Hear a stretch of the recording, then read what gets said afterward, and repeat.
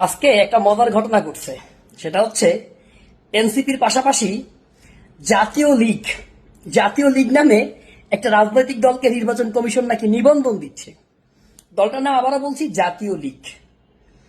শেখ হাসিনার আমলে 2022 এবং 23 সালের দিকে দুইটা রাজনৈতিক দল নিবন্ধন পেয়েছিল। একটার নাম ছিল বাংলাদেশ সুপ্রিম পার্টি, আর একটা ছিল বিএনএম। বিএনএম নামে একটা পার্টি, এই দুইটা পার্টি নিবন্ধন পাইছিল।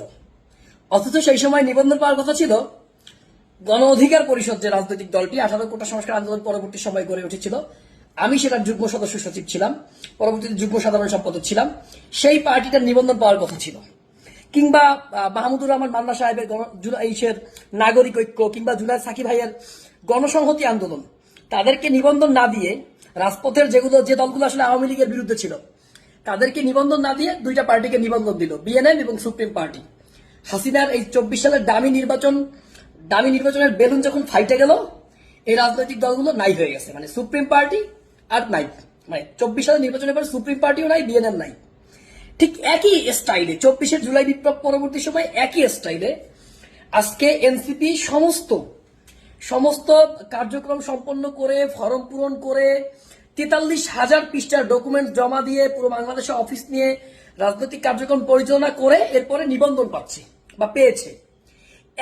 মানে এনসিপি এত বেশি ভাইব্রেন্ট, এত বেশি মানে একটা আলোচিত দল, তার পাশাপাশি আর একটা দলকে নিবন্ধন দেওয়া হচ্ছে যার নাম জাতীয় লীগ।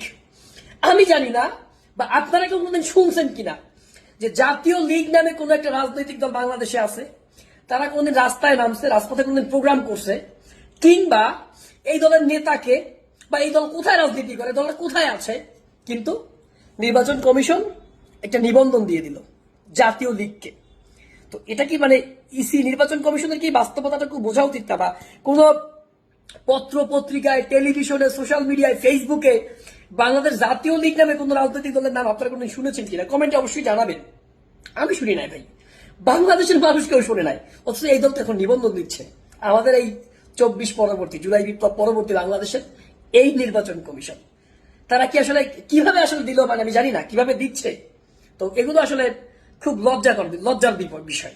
রাজনৈতিক দল কিছুদিন পর যে পরিস্থিতি হচ্ছে, এর থেকে যদি আমতারেকের দলেরও দিত, আমতারেকের যে দল কি জানো, না সরি, তারেক ভাইয়ের যে দলটার নাম কি, আম জনতার দল বা আম জনগণ পার্টি, কিছু একটা আম আম আম আম আম আম জনতার দল, এই আম জনতার দলের দিলেও তো বোঝা যাচ্ছে না তারেক ভাইয়ের মাঠে একটা অবদান আছে, মাঠে লড়াই সংগ্রাম করছে, তার দল পাইছে। ঠিক আছে, ব্যক্তি তারেক একটা ফ্যাক্ট, তার দল পাইছে, তাহলে মানতে পারতাম। কিন্তু তারে না দিয়া, কিংবা ডেস্টিনির যে আসলে রফিকুল আমিন, যিনি জুলাই বিপ্লব পরবর্তী মুখ কারাগার থেকে মুক্ত হয়ে দল তুলছে নিজের লাভের জন্য, সেই রফিকুল আমিনের দলটারও দিলেও তো হইতো। মানে অন্তত পক্ষে ডেস্টিনির একটা দল আছে, এটা বুঝতো মানুষ। সেটা না করে দল দিল কি বাংলাদেশ জাতীয় লীগ। হাস্যকর, পুরাই হাস্যকর।